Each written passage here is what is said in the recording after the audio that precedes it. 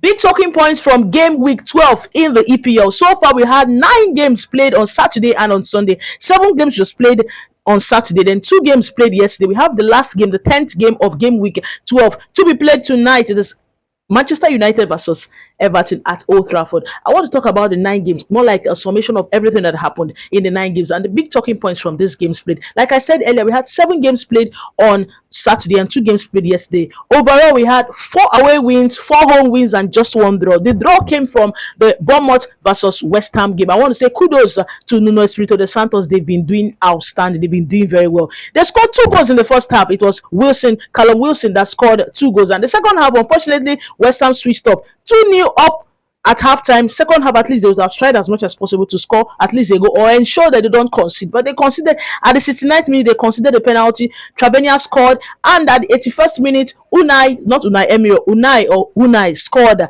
making it 2-2. The game ended. The shared spoils. Bournemouth 2, West Ham 2. Good one for a good one for West Ham. They are out of relegation zone. They are on 17th place with 11 points. Why Nottingham Forest? Based on what they did against Liverpool, they got 3 points against Liverpool. Now they are on 16th place with 12 points. Both sides, they were in relegation struggles at the beginning of the season. But look at game week 12, they are out, and who knows what will happen. We have 26 more games to be played in the league. So a lot of turning points for these two sides. But let's see what happens at the end of the day. The first game that was played on Saturday was the Burnley versus Chelsea game. The game ended 2-0 in favor of the away side. Yes, Burnley, Scott Parker, they had a game plan, sit back and hit Chelsea on the counter. But unfortunately, Enzo Maresca's side said, nahi, it's not happening today. I saw the likes of Cucurella inverting as a 10, going forward, playing higher up the pitch. He was able to give Gittins a ball in the first half, and Gittins made that beautiful cross to Neto. Neto scored a header.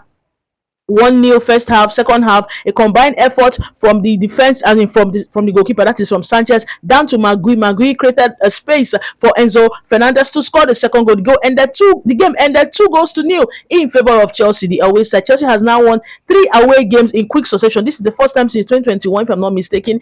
They are winning, keeping clean sheets. So it's a good one for them, boosting their confidence heading into a very, very busy week. They play Barca tomorrow, Barcelona tomorrow, and also Arsenal over the weekend. It is a very, very tough crunch time.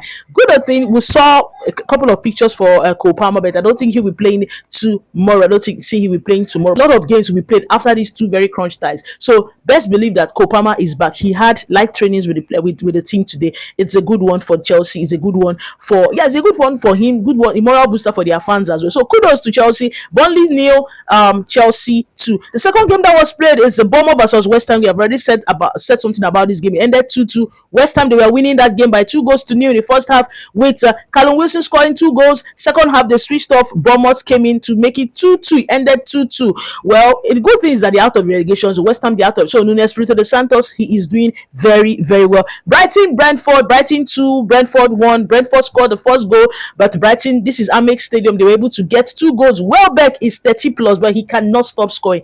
He is scoring goals. I'm like, is this guy not 21? He's scoring goals for fun. So the game ended 2-1 in favor of Brighton at the Amex Stadium, much to the delight of their fans. Yes, it's a good one to score and win after going a goal down. It's good to score and win games in front of your fans. So kudos to Brighton.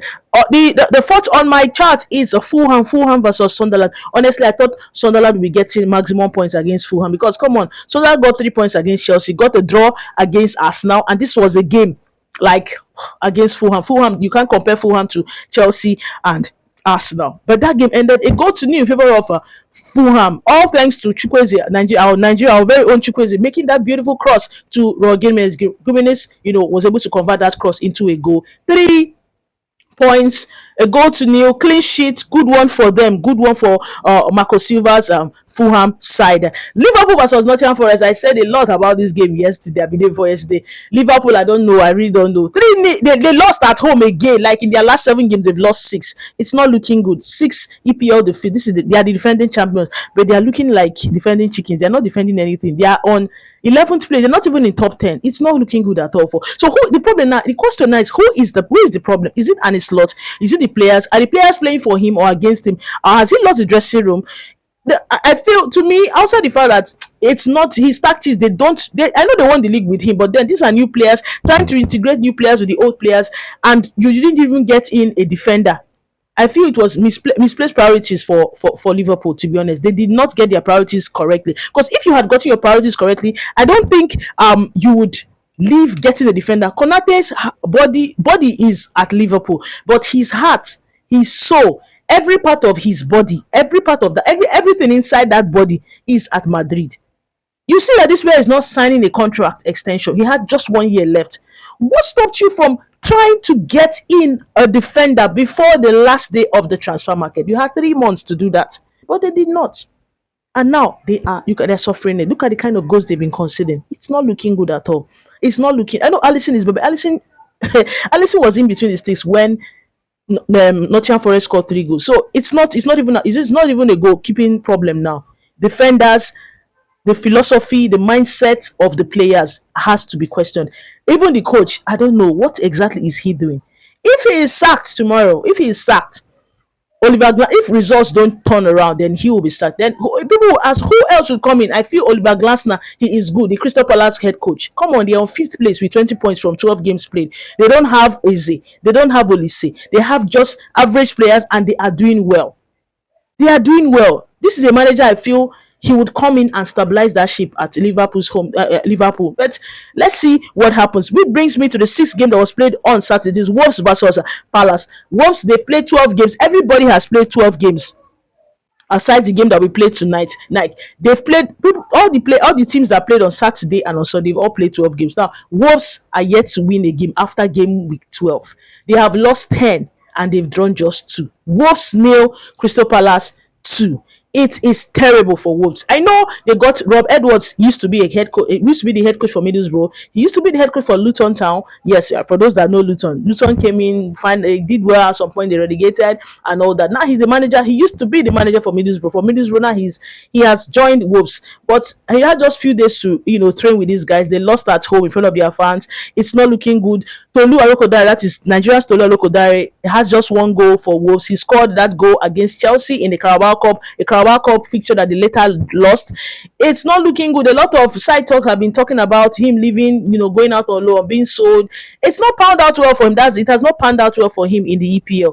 I don't know what the problem is. I don't know what the problem is. Wolves looks like a side that will be relegated if results don't change. Come on, you don't lose 10 games in your first 12 and expect no win.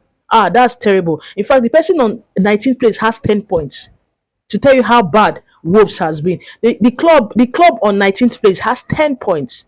It is terrible. It's not looking good at all for Wolves. So Wolves nil, Palace 2. Kudos to Palace, 5th place on the log. 20 points from 12 games played. Vagnasna is doing very, very, very well. Come on, that's a good one. And finally, the seventh game that was played. On Saturday. It is Newcastle versus Man City. The way Man City played against Liverpool, I thought, who is Newcastle at St James Park? They will beat Man City will beat Newcastle like they are back. This one, but it did not happen. 3 goals scored that day in 7 minutes. Harvey Barnes scored the brace. He scored at the 63rd minute.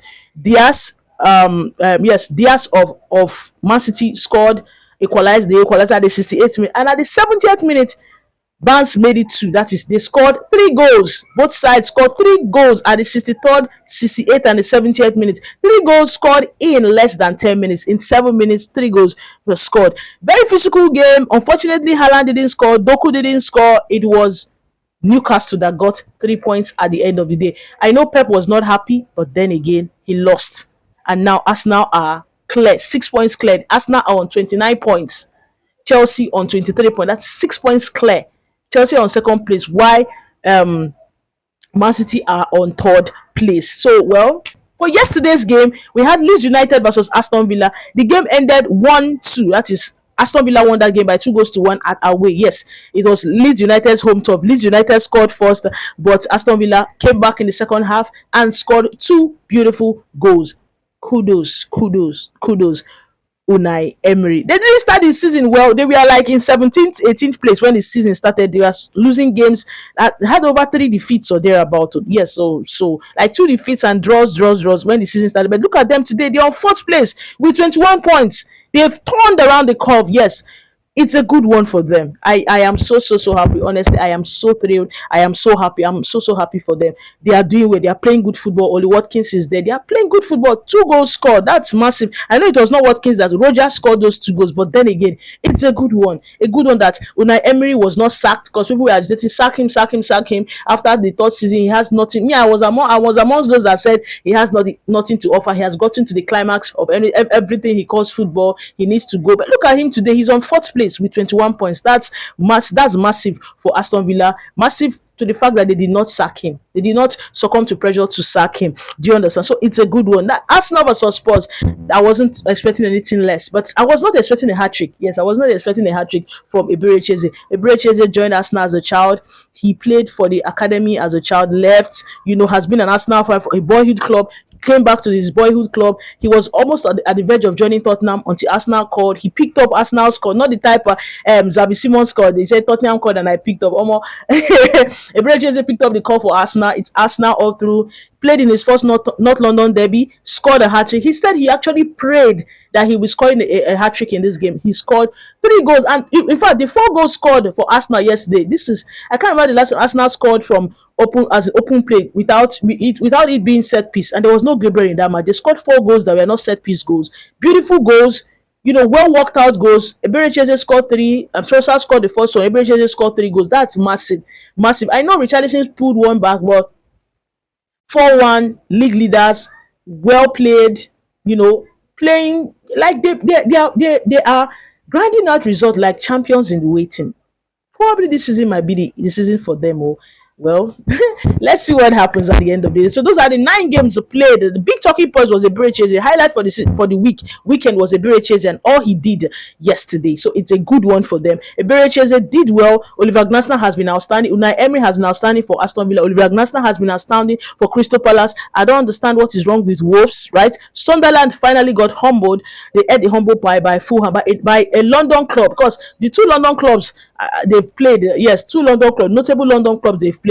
Chelsea, they won against Chelsea, they drew against Arsenal, and now they finally lost against Fulham. So it's a good one. Good one. West Ham as well is another club of interest that they've turned the cup. They are out of the relegation zone. Nottingham Forest also out of relegation zone. Let's see what happens in the game tonight. It is Man United versus Everton. Man United, they've drawn their last 2 games. In their last 5 games, they've not lost. 3 wins on the bounce, 2 draws. The guy with the big afro, probably today he might start counting if they win today at Old Trafford. It is Manchester United versus Everton. If they win today and win their next 4 or 5 games, then the guy with the afro will finally, cut down the afro. But let's see what happens. That's all for now, guys. That's all for now. Thank you so much. Thank you very much. My name remains Ebere Oji, and don't forget to subscribe to my YouTube channel. Rahen Sports is written on the screen. Enjoy the rest of your day, and this is me saying peace out. Then, what are the predictions for the for the Man United versus Everton game? Man United no lose. So if you lose, we'll drag you guys tomorrow. Champions League game. It was a good one to see Cole Palmer train. I know it's light trainings. I don't see him playing against what's it called, Barcelona tomorrow. I don't see him starting a game against Arsenal. Probably he might come in for a cameo appearance over the weekend. But there are a lot of games to be played, so it's a good one. Chelsea fans seeing him train is a huge relief for Chelsea fans. Yes, he might not play. He might not play tomorrow or on Saturday again. I mean, over the weekend against Arsenal. But having your talisman, your top man back is a good one. A good one. It's a good one. A lot of games, so it's good to have as your best legs back. Let's see what happens as the week progresses. Thank you very much, and enjoy the rest of your day. Bye.